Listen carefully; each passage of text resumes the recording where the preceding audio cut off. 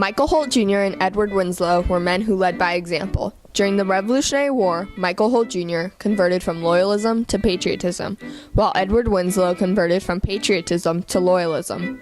Michael Holt Jr.'s legacy lives on today in every person who leaves their birth country to become an American patriot, embracing freedom, justice, and equality just as he did.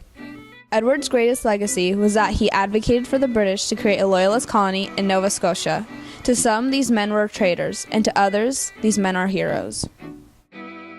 Throughout time, men have had to make decisions during times of war to fight for their personal values instead of their home values. By crossing sides, these men were traitors to their homeland, but became heroes to their new countrymen. Do you think it was common for people to change alliances during the Revolutionary War? Yes, in both ways. Both sides went to the other side for many reasons. Some personal, some the way they were raised, and the beliefs that they had formed from childhood. How were men persuaded during that time to change sides? I would say from a peaceful way of talking it out to explaining to an individual why he should change sides, to the forceful way of changing a person's attitude. Were Michael and Edward traitors or heroes? On the 6th of May, 1723, a boy named Michael Holt Jr. was born in Virginia. He is one of 4 boys. These 4 boys were the first generation of the Holt family to be born in the colonies. Their parents were from Germany.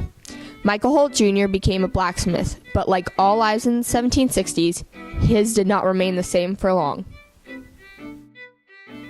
Born in 1746, Edward Winslow was a descendant of Mayflower Pilgrim Edward Winslow. He studied at Harvard College, graduating in 1765 with a master's. After Winslow's graduation, political tension began to escalate between Great Britain and its North American colonies over issues such as trade, taxation, and governance. Both these men were born in the colonies. For Michael Holt Jr., it was family history that drew him to the loyal side. For Edward Winslow, he began as a patriot because he supported his home country. Michael Holt Jr. began as a loyalist. He was the officer of a militia. Michael was a member of a militia led by Josiah Martin in the North Carolina Volunteers Unit. This militia was defeated by Commander Richard Caswell at the Battle of Moores Creek. Josiah Martin's militia traveled from Cross Creek to Moores Creek, and while crossing the bridge of Moores Creek, 1,000 patriots attacked them. Josiah's militia surrendered quickly, leaving the patriots with a wind that fired them up. Edward became a part of the British Army on April of 1775. He was involved in a bloody battle at Lexington against the Patriot militia. Finally, they could no longer take it, and the British troops retreated to Halifax on March of 1776. After the retreat, by July, Mr. Winslow was designated Muster Master General for the Loyalist forces. Edward spent most of his time in Halifax making plans for the new Loyalists who will start to settle throughout Nova Scotia. This will be Winslow's greatest accomplishment, showing his leadership skills as he led many of the Loyalists in a time of need. This was his greatest legacy, creating this colony for Loyalists who were looked at as traitors in the eyes of the Patriots, but in reality were devoted and faithful to Great Britain, even though they could have lost their lives in attempts to save the legacy of the British.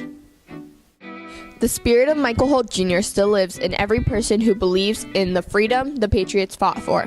People today continue to leave their birth countries and become patriots. America was built on people believing in freedom and justice.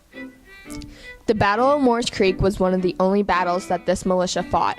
However, Michael Holt Jr. did not participate in this battle because while at Cross Creek, he became fully aware of what the Tories' plans were. He returned to his home and became a patriot. Michael led many men into patriotism by explaining that the idea of freedom and justice was truly what they wanted for their government. Not only did Michael Holt Jr. show leadership by leading men in a militia, but he was a leader by guiding them into a different belief, lifestyle, and cause. Men continue to switch sides to this day. They put their personal values before the values of their homeland. Someone who demonstrated this was my grandfather, Tom DeLuca, who was born in Italy and fought for America against the Italians in World War II. It was a personal choice to put his values before his heritage. During war, there are many different perspectives. Sides are chosen, lines are drawn, and lines are crossed. Some men have to make the hard choice to follow what they believe, rather than side with their countrymen. The eyes of the Revolutionary War saw things differently, including the men who changed sides. Some called them traitors, but these men created a legacy of honoring their personal beliefs, values, and morals. The bold move that Michael, Edward, and Tom made was brave, so no matter what side you're on, that's heroic.